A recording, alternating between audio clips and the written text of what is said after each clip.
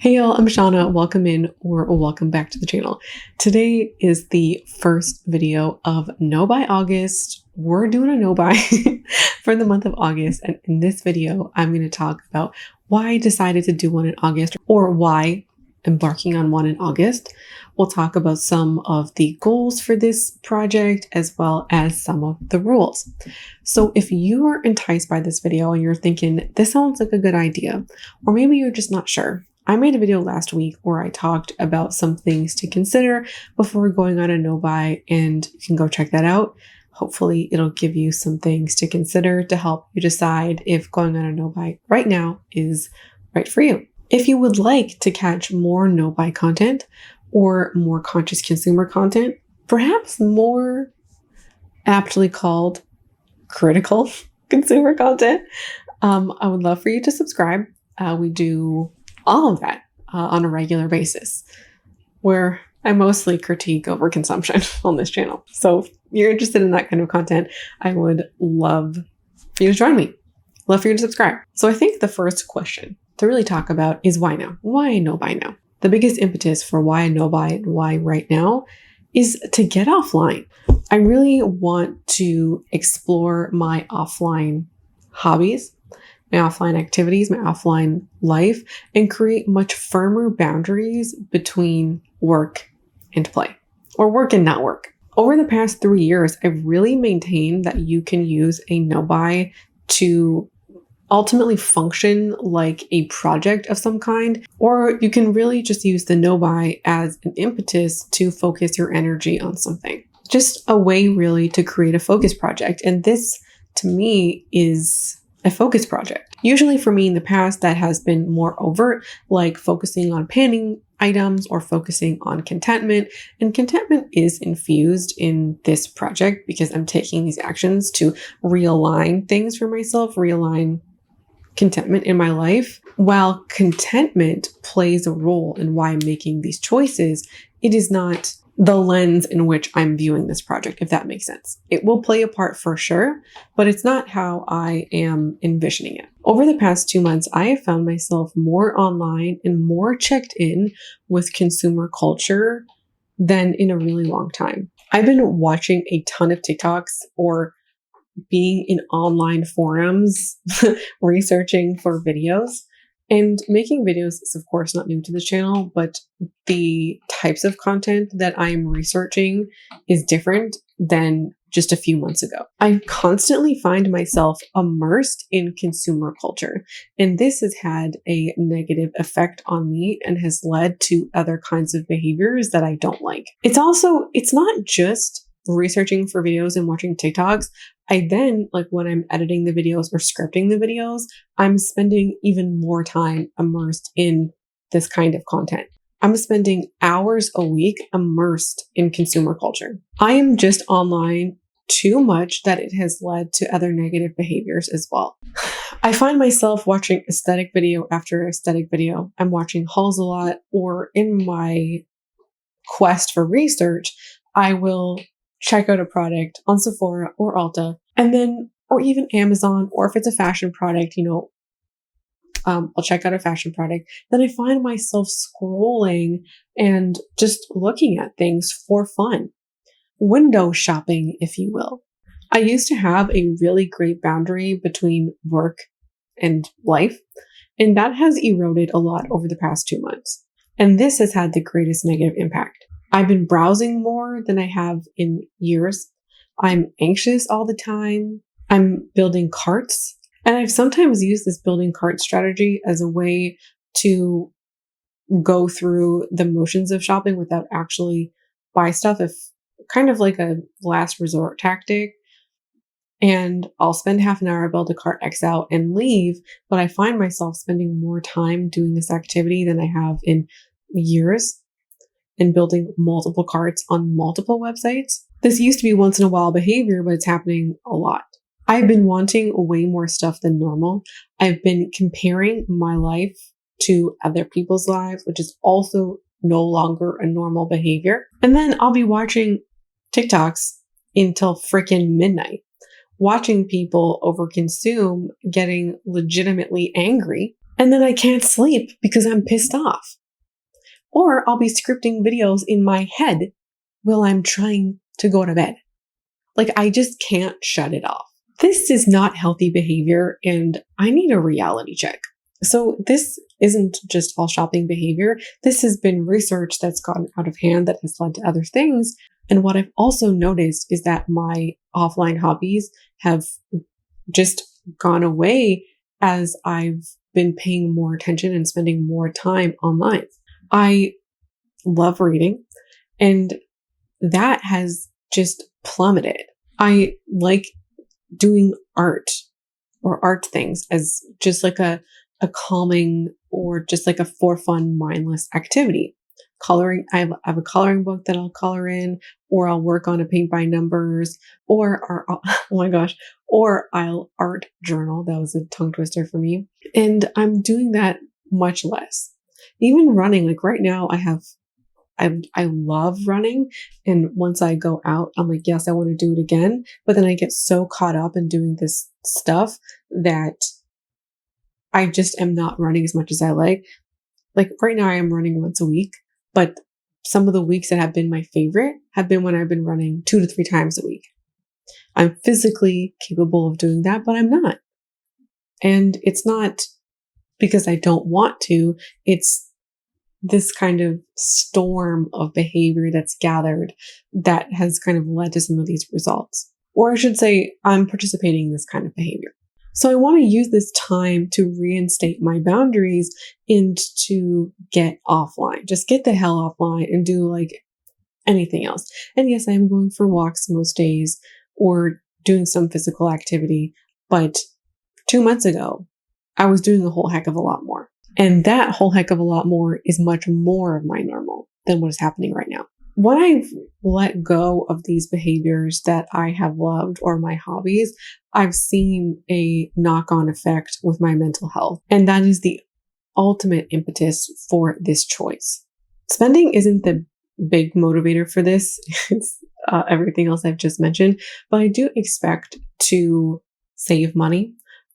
Or I do expect there to be financial benefits of going on the no buy when I'm choosing not to buy stuff in an effort to get offline. And I think like for me, these two things are related because previously, although my choice is like 90% of the time, no, you're not going to buy stuff.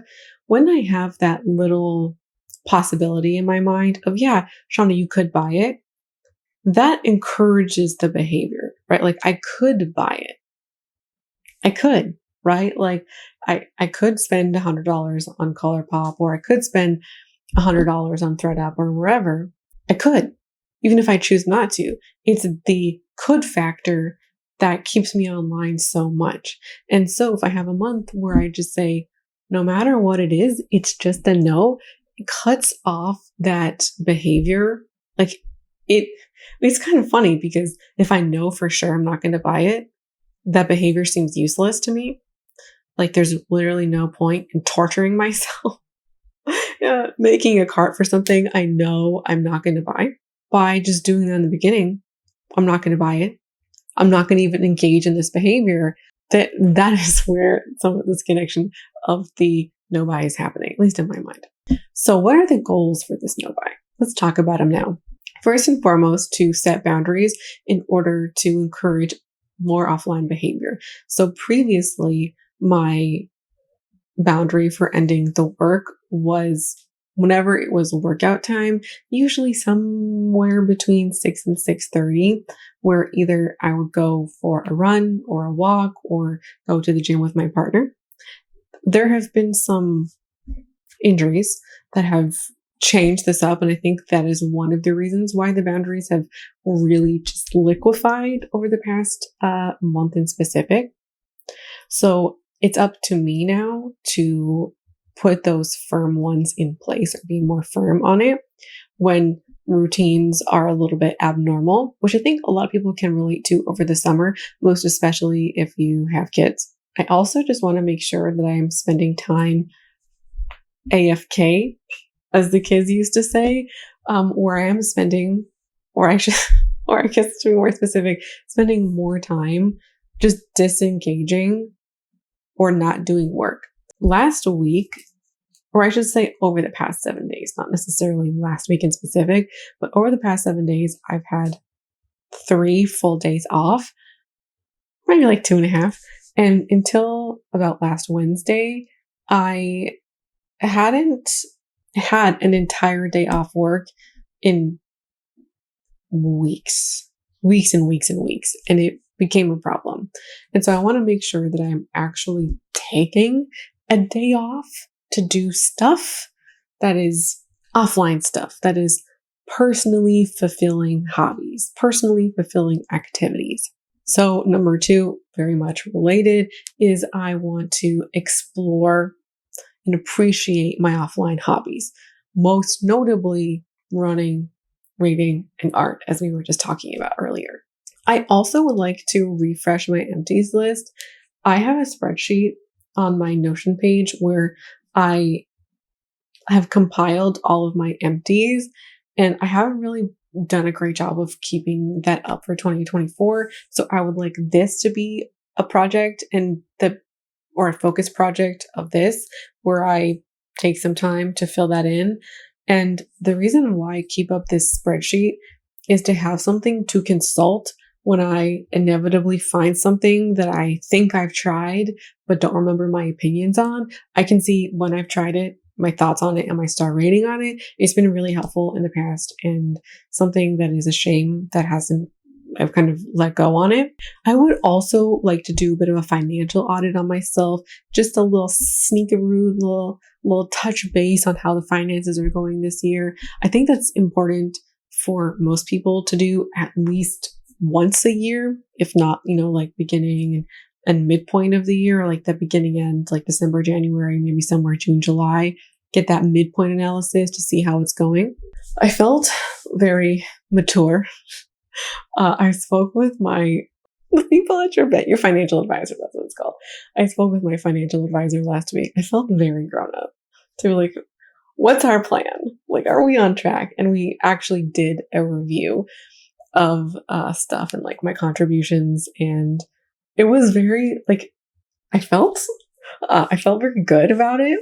Like, it was kind of exciting to have that review and feel really good about it. So that was like, okay, you've done that. Like, you've done the big thing. You've done the talk about the savings and the retirement and all of that. Like, now let's do some of the smaller stuff, and let's audit the day-to-day activities. And this is a good time to do it. I also really want to use my summer stuff, like the clothing and the makeup and the fragrances, or just like the stuff that reminds me of summer, gives me summer vibes, because summer I look forward to every year, and it just always feels so short-lived. And I only have a handful of weeks to wear my favorite summer stuff, because even though you can wear some of it in September, I tend to start moving my mindset. Like, we're now in pumpkin season. I want to wear all the fall clothes. So I really want to lean into the summer stuff and really like enjoy and savor summer instead of quickly moving on to the next thing. There's some stuff I legitimately wait all year to wear or to use. And it's a shame to, kind of put that by the wayside or forget about it in my anticipation of other things. So really just savoring it. I also have a bunch of stuff that I want to paint or finish. I got a whole bunch of samples recently. I didn't realize how much samples were coming in. And I also have a few products, like a few makeup products. And I don't know if I have any hair care, but I definitely have some skincare that's, on its last legs that I would really like to use up. So what I'm going to do is I have an old shoebox that has typically been my empty overflow. Like, once we get to October, November, where I currently house my empties, it's not big enough to hold them. And so I have an overflow bin. I'm just going to take this next month to focus on painting all of the stuff, get in the samples or get in the foundations or the lip products that are nearing the end of their life, really focus on that. And I get so much joy out of finishing stuff. It is just so much fun to finish it. I love it so much. So I think that's just an added little bonus or a way to create some fun and novelty in my own project. And if you're somebody who is thinking about doing a no-buy as well, one of my top tips is just to find ways to add novelty to your project, to make it fun. I love that so much. Like, your no-buys don't have to be negative punishments where you're just like forcing yourself, or more like, what is it, stoicism, to be more stoic. We don't have to approach our no-buys that way. If we look for fun and opportunity for novelty and enjoyment, like, we can find it and we can have a grand old time. So I hit my mic. So yes, that is the plan. And many of these goals are contentment related. Like, the byproduct of them is kind of bringing my contentment back to equilibrium, as I was mentioning at the beginning. I think maybe you can see that more now that I've talked about some of the goals. Now let's touch on the rules. My no-buy will include everything except for takeout, or like kind of like food spending. I have no problem with how I'm spending on food. And quite frankly, my partner and I will typically order takeout in two capacities. One, like, we'll go and like try new food or try new places. So that's getting me out of the house. Or two, we'll like make an evening of it. And the whole point of this is to get offline. So if we like eat pizza and watch a movie, that's totally good in my books. And I personally am okay with how I'm spending on takeout. And I just feel like it more so contributes to the thing that I'm wanting to do than takes away from it. So that's fine by me. And I'm not going to cut off any like memberships or things like that.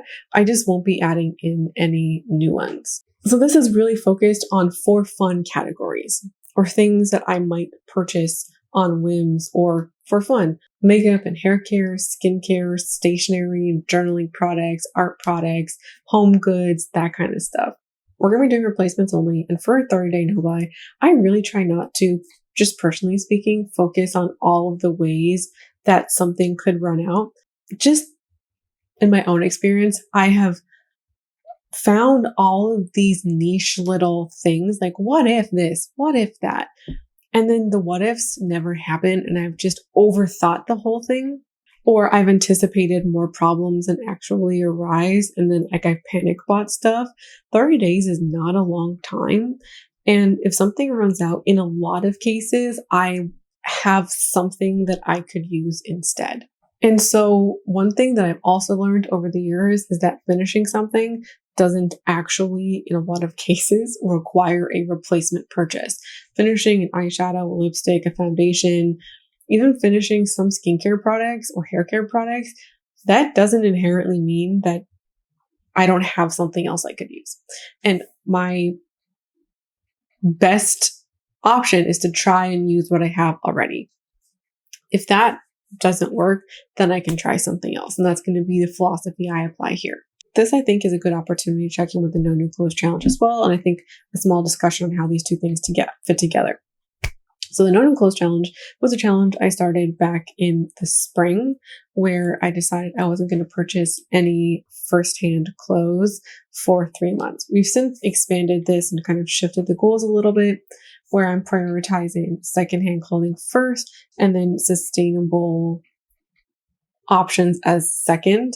And I also, in that challenge, came to the conclusion that I wanted to purchase no more than 30 clothing items for the end of the year. And that would give me a maximum of 6 new clothing items to bring in between now or when the project started in December. I will not be purchasing any clothes, so the 6 item rule is still going to continue. It's just we're not purchasing any for August. I'm fine with that because that was a goal that superseded this project, or I think supersedes this project.